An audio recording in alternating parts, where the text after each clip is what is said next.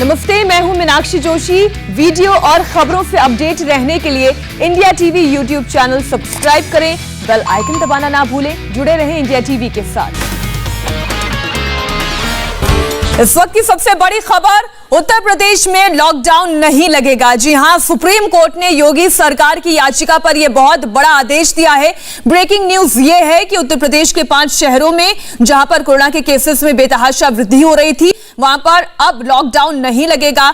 Supreme court ने Allahabad high court के order पर रोक लगा दी है। दरअसल इलाहाबाद हाई कोर्ट ने प्रयागराज, गोरखपुर, कानपुर, वाराणसी और लखनऊ में लॉकडाउन लगाने के आदेश दिए थे, लेकिन सुप्रीम कोर्ट ने इस पर रोक लगा दी है। यूपी सरकार ने सुप्रीम कोर्ट में इलाहाबाद हाई कोर्ट के आदेश के खिलाफ याचिका दायर की थी, जिस पर अब ये बड़ी खबर आ रही है। ज्यादा जानकारी के लिए सीधा रुख करते हमारे संवाददाता गोनिका अरोड़ा के पास इस पर और अपडेट है। गोनिका, सुप्रीम कोर्ट ने क्या कहा है? यह फैसला सुनाते हुए सुप्रीम कोर्ट की क्या दलील है?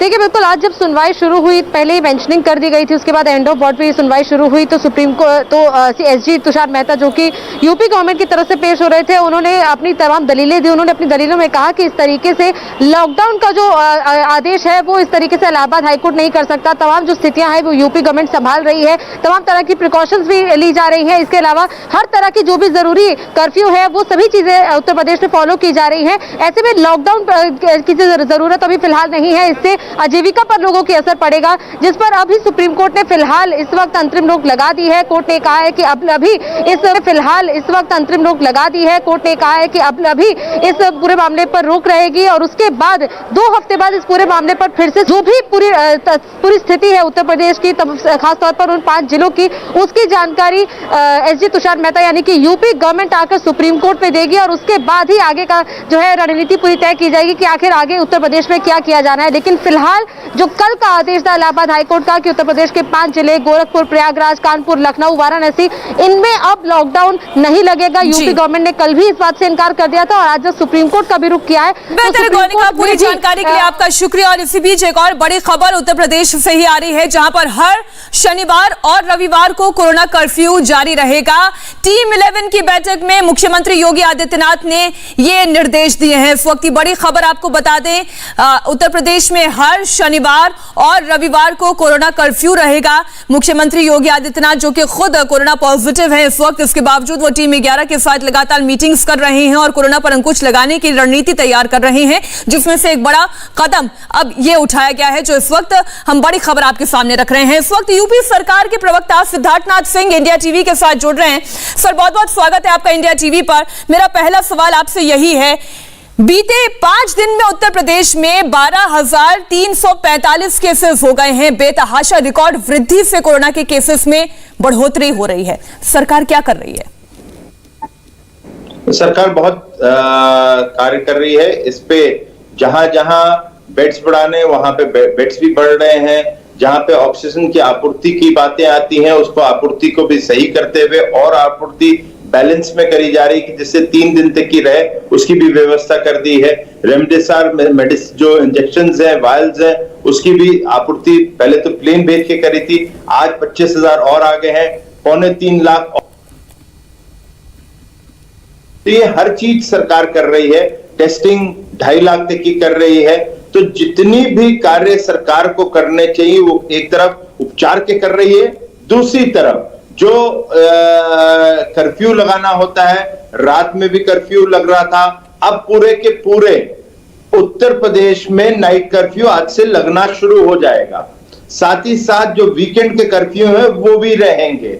जो सैटरडे और संडे की बात कर रहे हैं, मैं आज से हर पूरे के पूरे उत्तर प्रदेश में हर जगह नाइट कर्फ्यू लागू किया जाएगा। तो जीवन और आजीविका बचाने का जो कार्य है वो दोनों तरफ से सरकार कर रही है और उसके प्रति प्रतिबद्ध है। सर, इस वक्त उत्तर प्रदेश की अगर मैं बात करूं, जो इलाज करा रहे मरीज हैं उनकी संख्या 2,08,523 है। आप ये कह रहे हैं कि ऑक्सीजन की आपूर्ति की जा रही है, रेमडेसिविर की कमी ना हो इसके लिए भी प्रयास किए गए हैं और अब तो खुद रक्षा मंत्री भी प्रयास कर रहे हैं कि DRDO आर्मी के अस्पताल आम जनता के लिए खोल दिए जाए, लेकिन इसके बावजूद हर व्यक्ति तक इलाज, हर व्यक्ति तक मदद नहीं पहुंच पा रही है। ये सच है उत्तर प्रदेश का? देखिए, मैं मीनाक्षी जी इस पे आपसे सहमत नहीं होऊंगा, क्योंकि हर व्यक्ति को इलाज मिल रहा है और इसके लिए सरकार प्रतिबद्ध है। बेड्स आज भी इस समय भी लखनऊ में उपलब्ध सर, है। मैं बहुत माफी के साथ सिद्धार्थ नाथ जी, मैं बहुत माफी के साथ आपको बीच में इसलिए रोक रही हूं क्योंकि मैं जानती हूं आप सरकार का पक्ष रख रहे हैं और सरकार हो सकता है बेहतर तरीके से काम भी कर रही हो, लेकिन हर व्यक्ति सर मुझे मौका दें सर प्लीज। नहीं एक शांत रहे। देखिए, मैं इसमें आपसे बहस करने के लिए नहीं आया हूं, ठीक है? आप मुझसे प्रश्न पूछे, मैं जवाब दे रहा हूं। और कहीं आप मीडिया की तरह, मीडिया के अंदर जो एक क्रैक मेकर मिरर होता है, टूटा हुआ मिरर आपको बहुत अच्छा लगता है, उसी को दिखाना चाहते हैं और अपना पक्ष रखने जाते हैं, तो तथ्यों के साथ कैमरा में रोल करिए। अब मैं तथ्यों के साथ बात करूं सर आप इजाजत दें तो मैं तथ्यों के साथ बात करूं सर? नहीं, आप करिए, मेरे साथ जरूर करिएगा।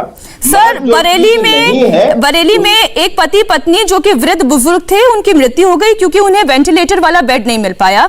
लखनऊ में अभी इंडिया टीवी पर एक रिपोर्ट चली सर, हमारी संवाददाता रुचि कुमार ने ये सर इंडिया टीवी पर रिपोर्ट चली है सर इंडिया टीवी पे रिपोर्ट चली है, मैं आपको रिपोर्ट भिजवा दूंगी सर। एक 9 महीने की गर्भवती महिला पॉजिटिव है, 9 महीने की गर्भवती महिला। सर, मैं बहुत निवेदन के साथ में हाथ जोड़ के आपसे ये प्रार्थना कर रही हूँ कि आप मेरा सवाल सुन लें सर, मैं हाथ जोड़कर आपसे प्रार्थना कर रही हूँ, आप मेरा सवाल सुन लें और उसके बाद आपको ठीक लगे तो जवाब दें, वरना मैं अगले सवाल की तरफ बढ़ जाऊंगी।